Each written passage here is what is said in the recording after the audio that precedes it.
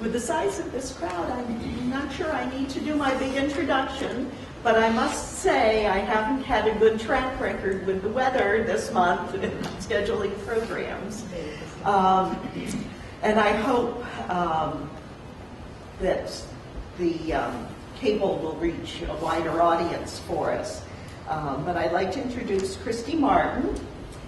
She's a doctoral candidate in American and New England Studies program at Boston University, where she also earned her Museum Studies certificate. Kristi's studies focus in 19th century American culture, Transcendentalism, and Concord's authors. And that's exactly what we've been doing all month long with our Norfolk Reads Together. Our primary book was March by Geraldine Brooks. And we had Gary Highlander speak about the Civil War. We've had Chris Cormier Hayes come in and lead 2 book discussion groups. We had the terrible blizzard on the night we were going to screen the PBS documentary, The Woman Behind Little Women.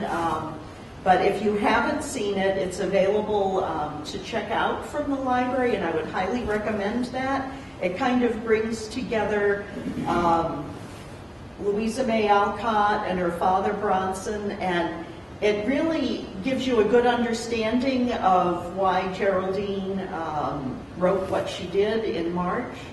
And so tonight is our last activity, and we're going to learn more about the Transcendentalists in Concord. So Kristi, should I turn the lights down for you? Please, I appreciate that. I really have to thank Robin for asking me to come here and speak tonight, and for the Norfolk Public Library for having me, and for all of you for coming out here to hear my presentation. I've decided to title my talk Principled Dissent, the Transcendentalists of Concord. And this is a theme that I think kind of brings the Transcendentalists that lived in Concord together. I'm going to be focusing primarily on Ralph Waldo Emerson, Henry David Thoreau, and Bronson Alcott. So without further ado, I'll get started because I really want to leave time at the end for some questions and comments. Many will complain of my lectures that they are transcendental, 38-year-old Henry David Thoreau confided in his journal. I hope that you will not have this complaint of my lecture this evening. Thoreau recorded his audience's grievances. They complained that they could not understand his lectures and objected to Thoreau's seemingly backward rejection of civilization. 19th century New Englanders feared Thoreau wanted to return society to a savage state. Thoreau acquiesced in criticism, true enough it may be from their point of view, but he continued with classic Thoreauvian aplomb, the earnest lecturer can speak only to his like, and the adapting of himself to his audience is a mere compliment which he pays them. If you wish to know what I think, you must endeavor to put yourself in my place. If you wish me to speak as if I were you, that is another affair. What exactly were these strange transcendental ideas that Thoreau's audiences found inexplicable and frightening? This evening, let us endeavor to put ourselves in Thoreau's place as we together explore the central ideas of transcendentalism, and determine the historical, philosophical, and cultural significance it retains for us.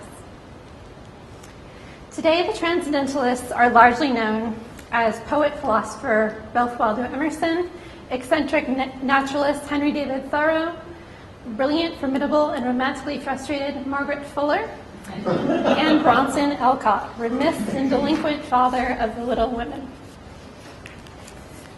This evening, my presentation will be focusing on Emerson, Thoreau, and Alcott, friends and neighbors in Concord, Massachusetts. A frequent question heard around Concord, Massachusetts to this day is, what is Transcendentalism anyway? It was not much better understood by the Transcendentalist contemporaries. Charles Dickens remarked that he was given to understand that whatever was unintelligible would certainly be transcendental. Others described transcendentalism as a cloudy veil, imagery that novelist Nathaniel Hawthorne would employ a decade later in his novel The Blithedale Romance, loosely based on his brief experience living in the Transcendentalist community of Brooke Farm in West Roxbury. This same critic characterized the Transcendentalists as impulsive and hasty dreamers, mistaking their shallow musings as profound truth. Some of them not only write as fast as they can think without pausing to reflect, but sometimes much faster than they think. And they never seem to suspect that their words are, of course, meaningless. The lack of cohesive ideology among the so-called Transcendentalists and a rejection of formal institutions made them even harder to characterize. Excuse me. An anonymous critic quipped, "They unite to differ." Yet this loosely connected band of radical intellectuals that became known as Transcendentalists had more than their divisive wordplay in common. American Transcendentalism emerged in Boston in the mid-1830s. Often dated from the publication of Ralph Waldo Emerson's first published essay, Nature, in 1836, the movement had begun simmering as many as 10 years earlier. A growing discontent with the spiritual hollowness of modern life would flourish into a rich and multidimensional countercultural revolution. Transcendentalism was largely derived from Unitarianism, with its principal proponents being members of Unitarian clergy, including Ralph Waldo Emerson, who would come to be seen as, by many, as the leader of the Transcendentalist movement. Educators Elizabeth Palmer Peabody, Margaret Fuller, and Amos Bronson Alcott being the notable exceptions, and both women were Unitarians. Unitarianism, as preached by the prominent Boston minister William Ellery Channing, who you see here, encouraged higher criticism of the Bible that allowed for historical inquiry and rational interpretation of biblical texts. Channing, who was a personal mentor for the majority of the Transcendentalists, also advocated self-culture, the nourishing of the individual spirit and one's own connectedness to God through education and cultural exposure. Unitarianism was largely criticized outside of New England for undermining the authority of the Bible. Unitarians would view Transcendentalism as heresy and atheism, charges that would not be lessened when Transcendentalist poet Jones Very later proclaimed himself the second coming of Christ. Transcendentalism took Unitarians' liberal Christianity a radical step further, criticizing, in Emerson's words, the corpse-cold rationalism of Unitarianism and seeking a newly invigorating spiritual revelation within the individual's soul. The so-called Transcendentalists did not call themselves Transcendentalists at all. They were adherents of the newness, seeking a renewed spiritual connectedness to every aspect of life. Much of the derogatory criticism surrounding Transcendentalism would derive in part from its followers' attraction to the novel, innovative, and eccentric, and their disparagement of the traditional and convention. The Transcendentalists embraced change as natural and yearned to live in the present moment. Yet the Transcendentalists were not merely looking for a novel experience. They were looking for an invigorating spiritual experience. Emerson famously compared his minister, Barzillai Frost, to snow falling outside the window. The snowstorm was real, the preacher merely spectral. Nor were the Transcendentalists the only spiritual seekers in the 19th century. Transcendentalist thought emerged in a millennialist environment along with Christian evangelical revivalism, spiritualism, and diverse forms of utopian social experimentation. Influenced by Scottish common sense philosophy, as well as British and German Romanticism, the Transcendentalists would embrace Eastern mysticism, combining a myriad of intellectual ideas into a nationalistically minded philosophy. We remember the Transcendentalists primarily for their literary works, including SelfReliance and Waldo. In the words of Brooke Farm founder George Ripley, the Transcendentalists valued literature not as an end, but as an instrument to help the solution of problems that haunt and agitate the soul. Transcendentalism would become a multifaceted philosophical movement, the creative impulse for a unique American literary and cultural tradition, and an impassioned political social reform movement that targeted every vestige of slavery in American life. Transcendentalism was always spiritual in tendency. It was not a religion, but a way of life that was spiritual at its core. Transcendentalism would publicly become synonymous with Emersonianism, the ideals taking resonating force in the popular essays and lectures of Ralph Waldo Emerson.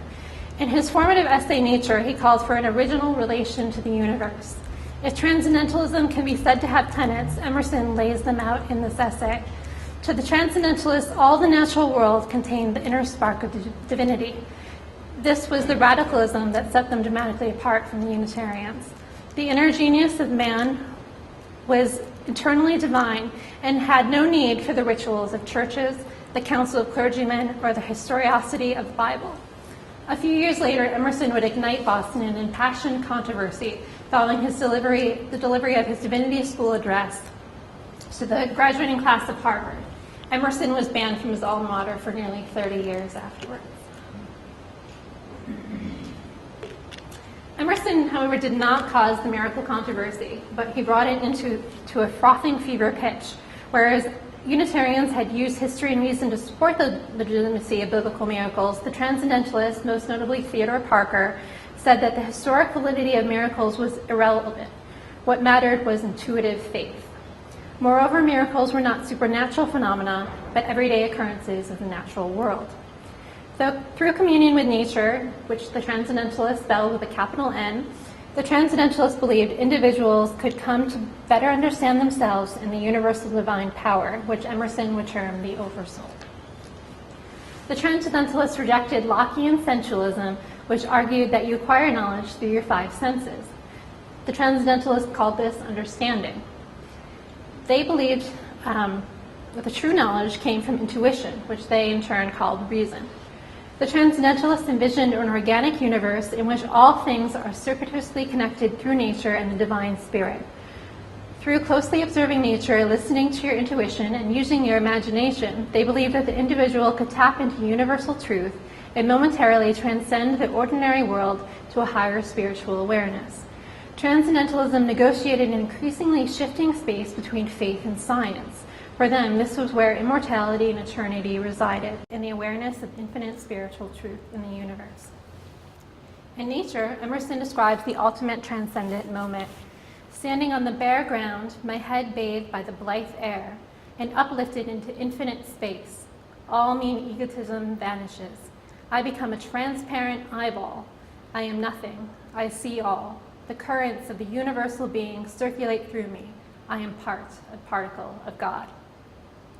Much has been made of this passage, and even Emerson's fellow transcendentalist, Christopher Pierce Cranch, lampooned it in this famous caricature of the giant eyeball with Emerson's long legs and top hat. Emerson and his transcendentalists were ridiculed for the very concept that they claimed to have transcended, the self. Transcendentalism was derided as egotistical self-worship. Emerson's own wife, Lydian, poked fun at his self-absorbed philosophy in her satirical Transcendental Bible. It reads in part, loathe and shun the sick. They are in bad taste and may untune us for writing the poem floating through our mind. Scorn the infirm of character and omit no opportunity of insulting and exposing them. They ought not to be infirm and should be punished by contempt and avoidance. Despise the unintellectual and make them feel that you do not notice their remark or question, lest they presume to intrude into your conversation. Abhor those who commit certain crimes because they indicate stupidity, want of intellect, which is the one thing needful. Justify those who commit certain other crimes. Their commission is consistent with the possession of intellect. We will return to this subject of justifiable crimes a little bit later. Lydian Emerson's Transcendental Bible is a brilliant and direct parody of her husband's famous essay, SelfReliance. Both works are really worth reading together in their full extent. This is a quote from Emerson's SelfReliance. I shun father and mother and wife and brother when my genius calls me.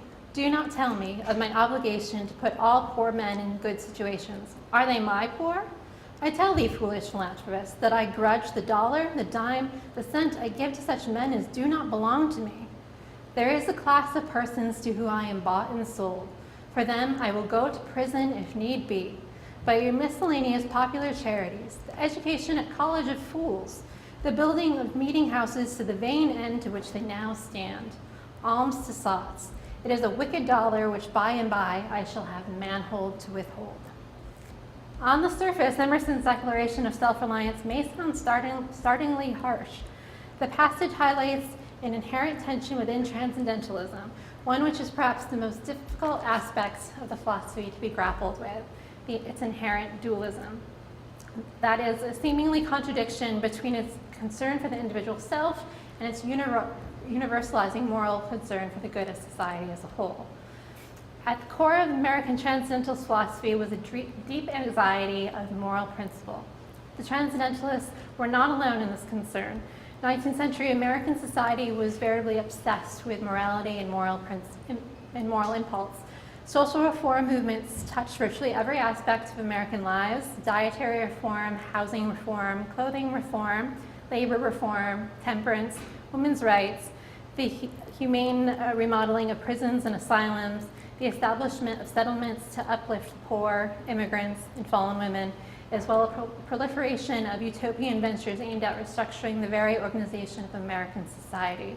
And this is to name only a few of the more prominent varieties of popular social reform that existed at the time.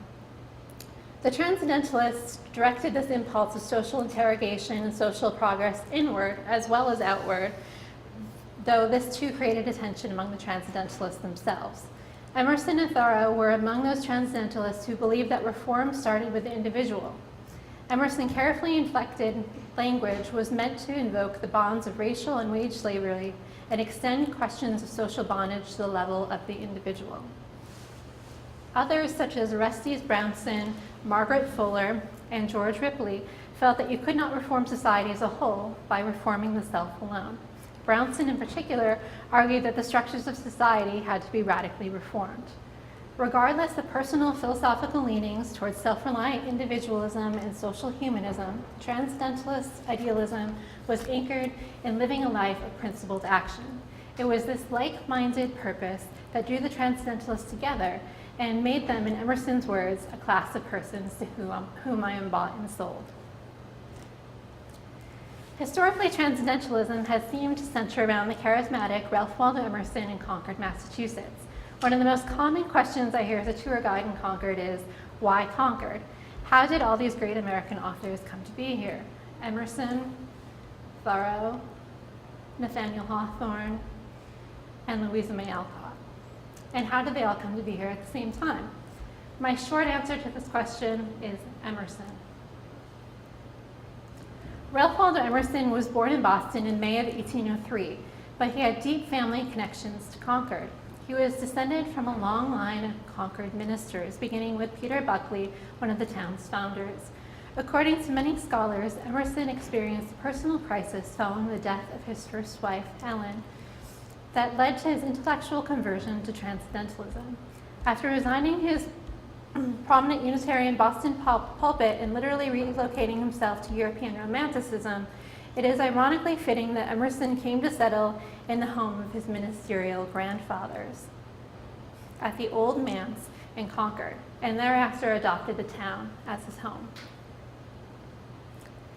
While living at the Manse, Emerson drafted his essay Nature, though it wouldn't be completed and published for another 2 years in 1836. The 6-foot-tall Emerson, with sparkling blue eyes and penetrating gaze, was quickly becoming known for his radical ideas, elegant prose, and impressive lecturing posture. In 1835, the year before the publication of his first essay, Nature, Emerson experienced 2 life-altering events. The first was his marriage to his second wife, Lydia Jackson, and the beginning of their life together in their new home on the Cambridge Turnpike in Boston. The house named Bush by Emerson would become the locus of Transcendentalist activity in Concord in the decades to follow, with eccentric thinkers and aspiring writers traveling far and wide for a chance to sit and converse in Emerson's study, parlor, and dining room. The house would likewise be the sometime home to Henry David Thoreau, Margaret Fuller, and briefly, Concord's Transcendentalist poet Ellery Channing. Emerson wished to attract a community of thinkers around him in Concord. Along with Emerson's intellectual magnetism, Concord was an ideal home for a Transcendentalist community. The town was the county seat at the conjunction of main transportation routes. Its country setting appealed to the Transcendentalist love of nature, but it was close to the intellectual communities of urban Boston, a distance that would be shortened in 1844 when Concord became a railroad suburb of the city. The other momentous event of 1835 was the meeting of Ralph Waldo Emerson and Amos Bronson Alcott. Bronson Alcott, who you see here, was born and raised in a small rural farming community of Spindle Hill, Connecticut. A few years older than Emerson, he matched his friend in height with pale blue eyes and white hair. Unlike Emerson, who had attended Boston Latin School and Harvard College, Bronson Alcott only had a few years of formal schooling, followed by a short career as an itinerant peddler in the southern states. Yet Alcott was a born thinker, a voracious reader, and though largely self-taught, he was a brilliant intellect to rival his college-educated contemporaries. At the time that he met Emerson, Alcott was teaching school in Boston with the assistance of another young transcendentalist, Elizabeth Palmer Peabody. Alcott opened his famous Temple School, named for its location in the Masonic Temple on Tremont Street in September of 1834, with 30 students from Boston's wealthiest families. Alcott soon became infamous for his original and innovative teaching methods. Alcott spent a fortune on credit to make the atmosphere of his school beautiful and inspiring, decorating it with maps, busts, and portraits of great thinkers, including Plato, Socrates, Shakespeare, Sir Walter Scott, Jesus, and William Ellery Channing, the Unitarian minister, as well as a large library. Students sat in a semicircle in individual desks facing their teacher. Corporal punishment was not used in Alcott's classroom, excepting an incident when he had a guilty student strike him, reasoning that it was a greater lesson to inflict pain than it was to receive it. Alcott employed a conversational method as opposed to instructing his pupils by rote. Transcendentalists believed that children were intuitively more in touch with divine truth than adults who had been corrupted by the world. Alcott therefore tried to elicit intuitive truths from his students, employing the Socratic method of conversation, guiding his students' minds by asking them provocative questions. When the content of these conversations were published in book form, first in Peabody's Record of a School, and then in Alcott's Conversations with Children on the Gospel, which was taken from Peabody's transcriptions of his lessons, the public charged Alcott with blasphemy for leading his students in conversation on their inner divinity and the origins of life. Bostonians were especially horrified by little Joshua Quincy's remark that babies were born from the naughtiness of other people. In fact, the boy's answer was more owning to Boston society's puritanical ideas regarding innate human depravity than it was to Bronson Alcott, who was more interested in the birth of the spirit than of the body. The child's response, as Alcott's biographer John Madison points out, was actually referring to the sin of the soul and had nothing to do with the facts of physical conception. However, the very notion of a teacher bringing the topic of conception with his students was deemed obscene by proper Boston society. The school's enrollment quickly dropped to 10 students, and despite the risks to their own reputations, Emerson, Fuller, and even Peabody, who had pleaded with Alcott to edit the transcriptions before publication, publicly defended Alcott.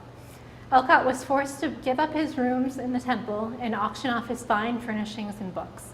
He conducted a small school in the parlor of his own rooms for a time, but that too had to close when he admitted an African-American girl. Bronson Alcott would never teach in another school and would not have success with his educational ideas for another 40 years when he became the superintendent of Concord Public Schools and then opened his own adult educational symposium, the Concord School of Philosophy. Emerson was greatly impressed with Bronson Alcott. In 1836, as the Temple School was crumbling, Emerson invited Alcott to join him in a new intellectual club. Originally called Hedge's Club, for Frederick Henry Hedge, you see here in the center, the group would come to be known by the name of the Transcendentalists Club. Hedge had wanted to limit membership to ministers and former clergymen, but Emerson insisted that Alcott not be excluded, calling him a God-made priest. Following the demise of Alcott's teaching career, Emerson encouraged Alcott to relocate his family to Concord, even helping Alcott to rent a small cottage within walking distance to his own home. This would be the first of 3 times that Emerson would help bring the Alcotts to live in Concord. Bronson Alcott was one of the people that Emerson was bought and sold to. Alcott has come to have a very bad reputation today. He is not only criticized but despised for his failure to financially support his wife and 4 daughters. Alcott certainly had disagreeable qualities. He was egotistical, arrogant, selfish, and the Alcotts were often on the verge of starvation and homelessness. However, it was Alcott's moral principles and not callous neglect that prevented him from holding a job or taking a job that offended his consciousness and damaged his spirit. His educational ideas were rejected. He was a talented conversationalist, but a terrible writer. His obscure Orphic sayings, published in the Transcendentalist Dial magazine, were widely ridiculed and parodied. As you see here, they were called gastric sayings. On vocation, he wrote in part, "Engage in nothing that cripples or degrades you. Either subordinate your vocation in life or quit it forever. It is not you. It is condemnation of your soul." It wasn't that Bronson didn't work hard. He gardened, he chopped wood, built a summer house for Emerson, and would hold conversations for anyone that would listen. Alcott would lament the suffering he caused his wife and daughters, finding that he had, quote, trusted too confidingly in that justice and generosity which Christian professions imply, end quote. Yet this unbound faith in the righteousness of moral principles was precisely what made Bronson Alcott a first-rate transcendentalist. Transcendentalist scholar F.O. Matheson wrote that Bronson Alcott was the pure instance of transcendental genius without talent. This characterization echoes the sentiments of Alcott's contemporaries. Cyrus A. Bartol called Bronson a pure mystic. He was the true transcendentalist, teaching that the soul is no ephemeral thing. Alcott's faith could produce startling results. He once gave away the last of the family's wood supply to another poor family as a snowstorm threatened, assuring his wife that Providence would provide for their own needs. Within a few hours, a man carrying a load of wood knocked on their door, asking if they would relieve him of his load on account of the storm. They could pay him whenever they could. In another version of the story, they find a load of wood at their gate in the morning. Thoreau said that Bronson was the man of most faith of any alive, a true friend of man, almost the only friend of human progress. Even Alcott's daughter, Louisa May Alcott, who sorely suffered from her father's self-absorbed philosophies, praised her father's faithful devotion to his principles in her satire of his utopian venture, Transcendental Wild Oats. Abel Lamb, who's Bronson's alter ego in her story, simply reveled in the newness, firmly believing that his dream was to be beautifully realized, and in time, not only Little Fruitland, which was the name of Bronson's utopian community, but the whole earth be turned into a happy valley. He worked with every muscle of his body, for he was in deadly earnest. He taught with his whole head and heart, planned and sacrificed, preached and prophesied with a soul full of the purest aspirations, most unselfish purposes, and desires for a life devoted to God and man, too high and tender to bear the rough usage of the world. Emerson was frequently frustrated by Alcott's lack of financial self-reliance and his inability to see beyond himself, but he greatly admired his transcendental ability to live from the soul, above the wants of the world. Emerson himself has often been criticized for being hypocritical for not living up to the ideals that are in his essays. However, I think it's important to note that Emerson compromised his principles to support his family as well as the philosophical experiments of others. Though a series of devastating personal tragedies had chilled the warmth of Emerson's demeanor, he generously supported those thinkers he believed in most.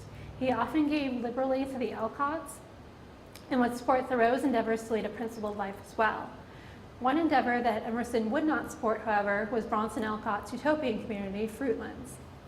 Emerson had helped finance a trip to England for Alcott to visit a school that had been founded in his honor. Alcott came back to America with 2 Englishmen and plans to establish a community to reform society.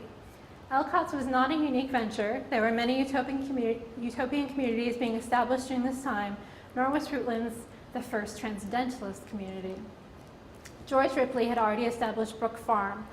Both communities were agriculturally based, but unlike Brooke Farm, the Fruitlands community would avoid trade with the outside world and abstain from the exchange of money. Alcott and his partner, Charles Lane, instituted a vegan diet. Wishing to not steal from any living creature, the Fruitlanders used no silk, wool, leather, no oil lamps or tallow candles, and no beasts of burden. Cotton was also prohibited in a protest against slavery, and no root vegetables that grew into the ground could be consumed because they had a downward tendency. Not many converts joined the Fruitlands community, and it failed during its first winter. Emerson wrote, I would as soon exert myself to collect money for a madman as to invest money in Fruitlands. Emerson, in fact, refused to support either community, believing that removal from society was not the best way to reform society, and that reform must first be sought within the individual's self, and this was best done in solitude. Henry David Thoreau chose an experiment in utopian living more to Emerson's liking. He would build a cabin in the woods near Concord and try to live a simplified life that freed the soul from the bonds of conventional society. Half a generation younger than Emerson and Alcott, Thoreau was the only transcendentalist born in Concord. Alcott wrote, "Concord woods were more to me than my library, or Emerson even. They were more to him than they were to me, and still more to Thoreau than to either of us." Thoreau had a reputation for being one with nature, coaxing wild animals to eat out of his hand. Thoreau would describe himself as a mystic, a transcendentalist, and a natural philosopher to boot. He was also a teacher, a pencil maker, and a land surveyor. Emerson may have been thinking of Thoreau when he described the self-reliant individual. He walks abreast with his days, feels no shame in not studying a profession, for he does not postpone his life, but lives already. Thoreau's brusque condensation and haughtiness in the opening chapter of Walden has the tendency to offend readers, potentially deterring them from accessing the deeper meaning of his work. Thoreau could also be difficult to get along with in life. However, he was perhaps the most successful of the Transcendentalists in living a practical transcendental life. Unlike Emerson and Alcott, Thoreau remained free of the conventional bonds of marriage and fatherhood. His individual status allowed Thoreau the liberty to pursue a life of principle without neglecting responsibilities to his family. Thoreau's independence allowed him to move to the shores of Walden Pond, where he constructed a 10-foot by 8-foot cabin on Emerson's woodlot. Thoreau moved into his cabin on July 4th, 1845, and stayed there 2 years, 2 months, and 2 days. He went there to write his first book, based on a river voyage he had taken with his older brother John. But Thoreau's most famous book would also come out of his experiences living at Walden Pond. In Walden, Thoreau says he went to the woods to transact some personal business with the fewest obstacles. Thoreau has come to have the reputation in Concord as a ne'er-do-well and a hermit. Both are false accusations. Walden Pond is located only 2.5 miles from town. Thoreau had neighbors in the woods, which he talks about in the book, and daily visitors. He also went to town regularly. Thoreau wrote, "I am naturally no hermit, but might possibly sit out the sturdiest frequenter of the bar room if my business called me thither." He tells his readers, "I went to the woods because I wished to live deliberately, to front only the essential facts of life, and see if I could not learn what it had to teach, and not when I came to die discover that I had not lived. I wanted to live deep and suck the marrow out of life."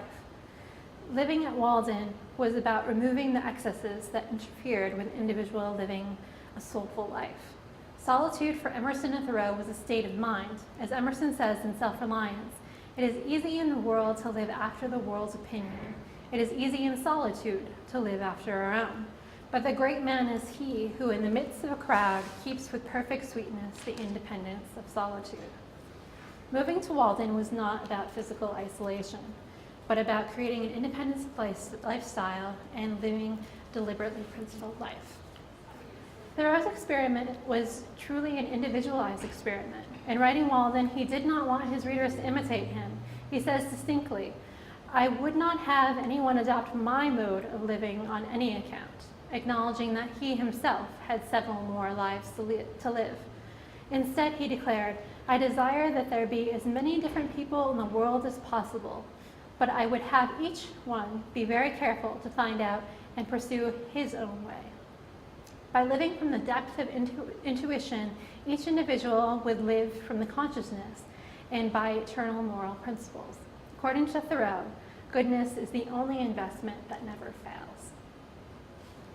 Alcott and Thoreau were both staunch abolitionists, but it was not only race slavery that concerned the Transcendentalists. As a group, they were largely concerned with the slavery of the self. When Thoreau protested the Mexican War and the extension of race slavery, he appealed to the individual moral consciousness. Thoreau, like Bronson Alcott before him, refused to pay his poll tax in protest against an unjust government. Also like Alcott, Thoreau was arrested and put in jail for refusing to fulfill his civic duty.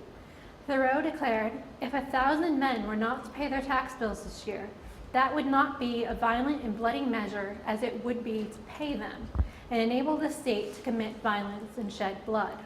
He asked, "Is there not a sort of bloodshed when the consciousness is wounded? Through this wound, a man's real manhood and immortality flow out, and he bleeds an everlasting death." In his lecture, Life Without Principle, Thoreau said, "We tax ourselves unjustly. There is a part of us which is not represented. It is taxation without representation." In Resistance to Civil Government, Thoreau argues for the priority of the individual consciousness over political expediency. Any man more right than his neighbors constitutes a majority of one. Furthermore, he cultivates symbolic, nonviolent resistance against moral injustice and immoral or outmoded political tradition. This essay would inspire both Gandhi and Martin Luther King. Although a family member paid Thoreau's tax for him and he only spent one night in jail because the jailer had already gone home for the day, Thoreau crafted his experience into a powerful metaphor. During his one night in jail, he felt as though he had traveled to a foreign country. The town of Concord became unfamiliar to him, and he said he had come to know it for the very first time. He was not impressed. Concord was for Thoreau a microcosm and a macrocosm, representative of the larger universe, a metaphor for all places. Reform needed to begin with the self. When the infamous fugitive slave law brought the enforcement of slavery to Thoreau's own hometown, his political resistance became more radical. The Thoreaus, Alcotts, and many of their Concord neighbors were actively involved in the Underground Railroad. Now their principled actions had become a crime. Thoreau's lecture, Slavery in Massachusetts, makes an even more pointed argument for the enslavement of the individual moral consciousness to an unjust government, and furthers the argument he made in Civil Disobedience with a more radical assertion that a higher moral law is superior to the laws of men. Bronson Alcott called Thoreau the best Republican citizen in the world, always at home and minding his own affairs. The Concord Transcendentalists would go so far as to support the radical abolitionist John Brown, a guerrilla warrior in the mountains of bloody Kansas and mastermind of the raid on Harper's Ferry. Emerson, Alcott, and Thoreau all gave money to support Brown's abolitionist efforts. Though none of them knew specifically of his plans to raid the federal arsenal and arm a slave revolt, their neighbor Transcendentalist schoolmaster Franklin Sanborn did. Following the raid and Brown's capture, the Concord Transcendentalists came to think of Brown as a sainted martyr. They arranged a memorial service at the Concord Town Hall on the morning John Brown and his accomplices were to be executed. Emerson, Alcott, and Thoreau all spoke. Thoreau said, "Some 800 years ago Christ was crucified. This morning, perchance, John Brown was hung. These are the two ends of a chain which is not without its links. I see now that it was necessary that the bravest and humanest man in all the country should hang." Thoreau said that Brown was a transcendentalist above all, a man of ideas and principles. Thoreau, who had urged peaceful resistance, was now prepared to embrace the bloody revenge, that's his word, that would be the Civil War. Thoreau found in moral instinct a natural wildness. This wildness was not necessarily violent, but it was hostile to artifices of civilization, which Thoreau had felt the institutions of American government had become on the eve of the Civil War. In wildness, Thoreau said, is the preservation of the world. When Thoreau's audience asked if he wanted to return them to a savage state, he admitted that perhaps from their perspective that was true. From Thoreau's perspective, he wanted them to aspire to a higher state. In 1844, a sympathetic contemporary said, "People will always condemn transcendentalism until it is called by another name.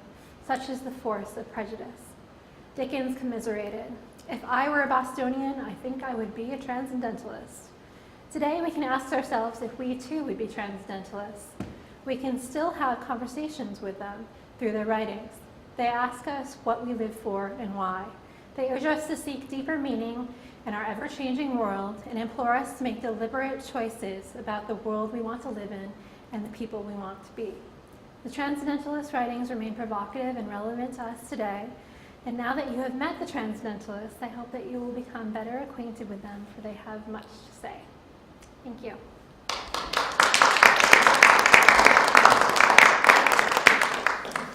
Any comments or questions?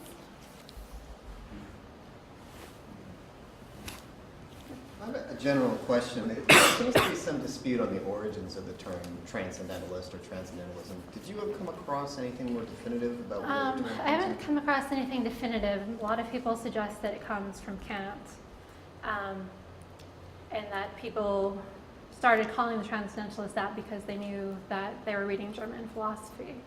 But the Transcendentalists themselves did not call themselves that.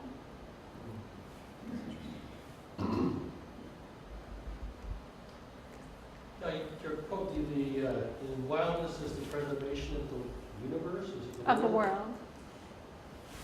Now, you made it sound like he was talking about wildness in the sense of the way people behave, not in wildness in the sense of Yosemite Park or something like that. What's the interpretation in context? In my interpretation, they're the same for Thoreau, because we are part of nature, and our internal souls are part of that same natural divinity that the natural world is. So he could be referring both to the natural world. Mm-hmm. He wasn't speaking specifically to anarchy and violence. That wasn't what he meant, but he wanted you to tap into the naturalness that's inside of you and not being relying on the conventions of society that you have learned through your life.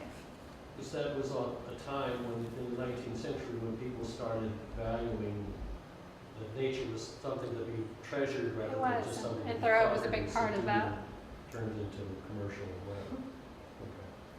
Okay. Anyone else? Tell us about your dissertation. And I haven't started my dissertation yet. I'm still preparing for my oral qualifying exams, but I hope that it will eventually be on transcendentalism and death and mourning, looking at the ways that the experience of death and grief changed the transcendentalist philosophy itself, and how different participants went through that experience differently from one another, how it was different from other Americans at the time, and then looking at how the deaths of Thoreau, who died young in his early 40s, and Margaret Fuller, who died when she was 40, how that really impacted the philosophy. Because a lot of scholars tend to date the end of transcendentalism from the deaths of Fuller and Thoreau, even though Emerson and Alcott are still living and doing things for years afterwards, and there's a whole second generation of transcendentalists. So I want to look at why that is. Yes. I know To Thoreau, he had consumption or tuberculosis, and several members of his family had it and had died from it. And in the months before his death, he caught a cold, and some people believe he actually caught that cold from Bronson Alcott, but it really led to his decline.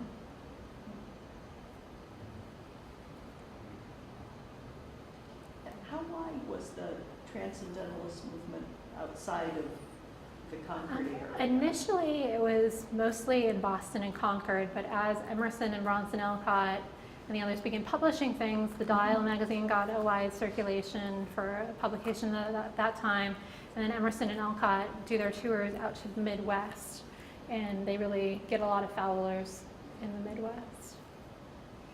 Not so much in the South that I know of. But. Can you tell us anything about Brooke Farm? Because I used to drive by there every day going to work.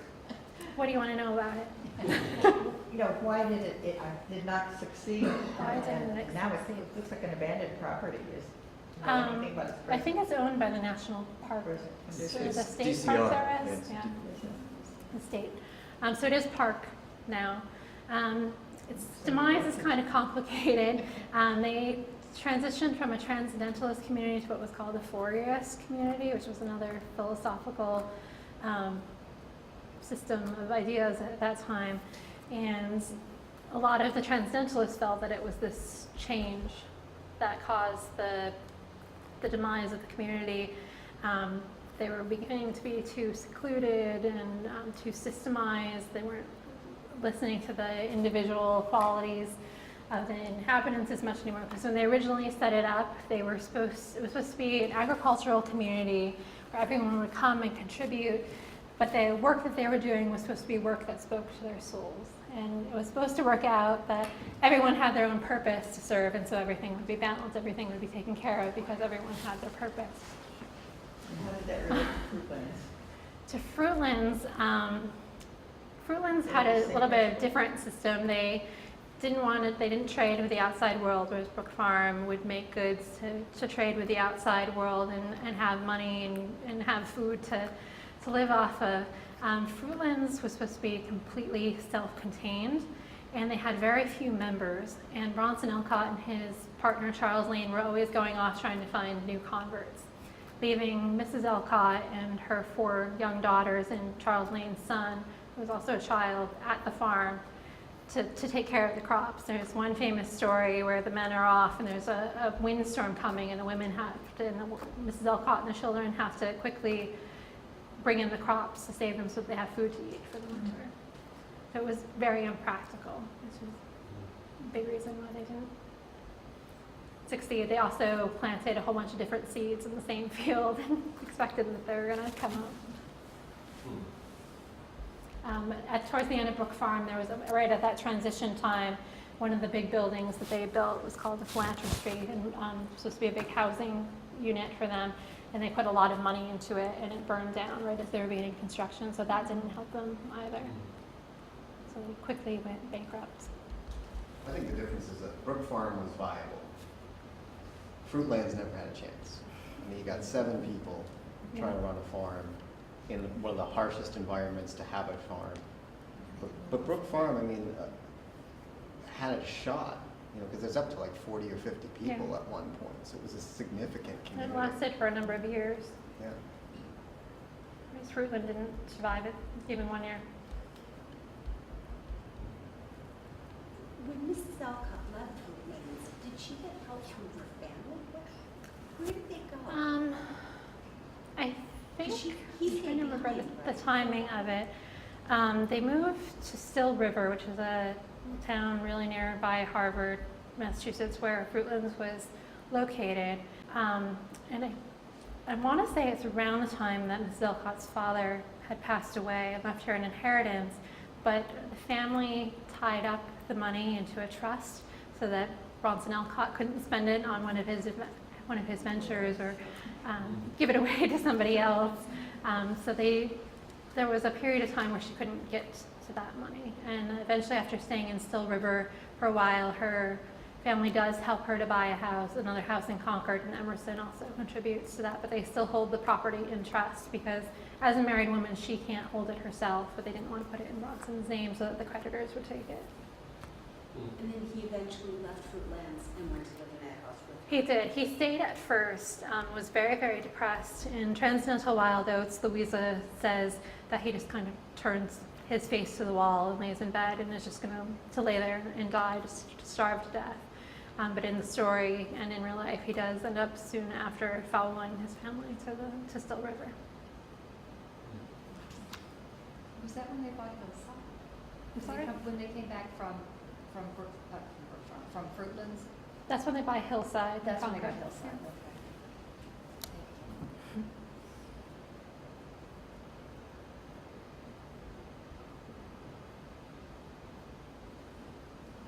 There are no more questions. Well, thank you all very much. Thank you very much.